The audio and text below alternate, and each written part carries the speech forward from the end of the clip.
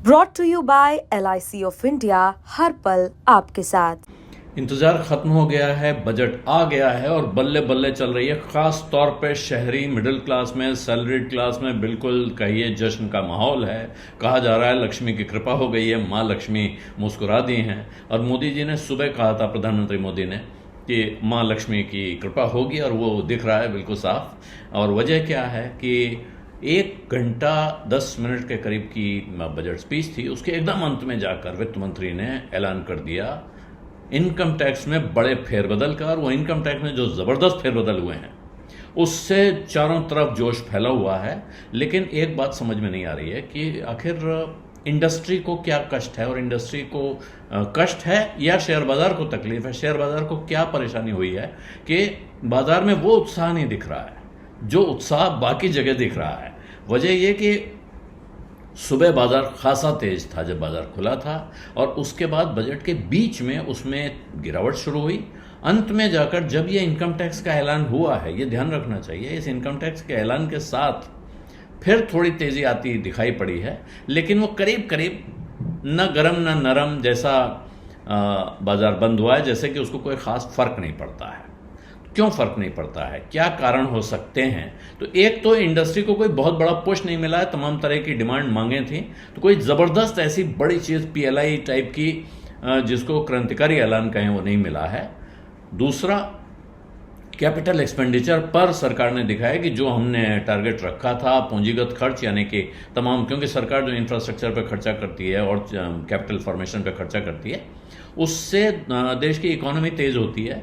और ये लगभग माना जा रहा था कि जो टारगेट था वो पूरा नहीं होगा। वजह यह है कि चुनावों की वजह से इधर पिछले 3-4 महीनों में कोई खर्चा सरकार नहीं कर पाई है। अब वक्त बचा नहीं है, तो इस वित्त वर्ष में वो अपना लक्ष्य पूरा नहीं कर पाई है। लेकिन अगले वित्त वर्ष के लिए उसने यहाँ से करीब 10% की बढ़त का ऐलान किया है कैपिटल एक्सपेंडिचर में। उम्मीद ये थी कि सरकार ज़्यादा बढ़त का ऐलान करेगी, जिससे इकोनॉमी को पुश मिलेगा और उसके साथ प्राइवेट सेक्टर भी आएगा हाथ लगाने के लिए, वो भी कुछ खर्चा करेगा और फिर इकोनॉमी तेज होगी। और ये सब एक्टिविटी देख कर शेयर बाजार भी खुश होता। लेकिन जो दूसरी चीज़ हुई है उस पर क्यों बाजार आज ध्यान नहीं दे रहा है, ये कहना बड़ा मुश्किल है। लेकिन एक चीज़ और ध्यान देने वाली है कि बाजार में जो कारोबार होता है, कुल मिला के जो लेन देन होता है, वॉल्यूम होता है, वो आज हल्का था। जो होता है उसका लगभग 60-65-70% ऐसा हुआ होगा। और वजह यह है कि आज बैंकिंग हॉलीडे था, सेटलमेंट हॉलीडे था। बैंकिंग हॉलीडे नहीं, स्टॉक मार्केट का सेटलमेंट हॉलीडे था। आज सेटलमेंट नहीं होता है। जिन लोगों ने आज म्यूचुअल फंड में अपनी यूनिट खरीदने के ऑर्डर डाले, उनको नोटिफिकेशन आया कि आपका ये सौदा सोमवार के दिन कल्मिनेट होगा, यानी कि सोमवार को ये सौदा होगा और सोमवार को ही आपके पैसे जाएंगे, सोमवार को ही आपके खाते में यूनिट्स आएंगी। या बेचना है तो इसका उल्टा। लेकिन इसका मतलब ये हुआ कि आज भारत के बाजार में न विदेशी निवेशक थे, न घरेलू इंस्टीट्यूशंस थे। तो ये एक तरह से रिटेलर्स का मार्केट था, या F&O कारोबार में डिलीवरी के सामने F&O का काम करने वाले, दिन भर के सौदे करने वाले लोग थे। तो उनका रिएक्शन है जो रिएक्शन आज आपको दिख रहा है। असली रिएक्शन आपको अगर बाजार का सोचा समझा कंसिडर्ड रिएक्शन देखना होगा, उसके लिए सोमवार तक इंतजार करना होगा। और इस बात की संभावना कम है कि बाजार उस बात से खुश नहीं होगा जिससे इस देश का पूरा मिडिल क्लास खुश हो रहा है, जिसके बारे में कहा जा रहा है कि भारत के लगभग 80% से ज़्यादा इनकम टैक्स पेयर्स को इस बजट से फ़ायदा हो रहा है, उसको लाभ हो रहा है। और फ़ायदा भी छोटा मोटा नहीं है, लगभग 70% लिमिट बढ़ाई गई है। वो 7 लाख से बढ़ा के 12 लाख कर दी गई है सीधे। अब आप टैक्स फ्री इनकम 12 लाख रुपए तक की कमा सकते हैं। और अगर आप सैलरीड एम्प्लॉय हैं केंद्र सरकार के या प्राइवेट सेक्टर के, तो 75,000 का स्टैंडर्ड डिडक्शन इसके ऊपर और आता है। 12,75,000 रुपए तक की सालाना कमाई आपकी टैक्स फ्री होगी।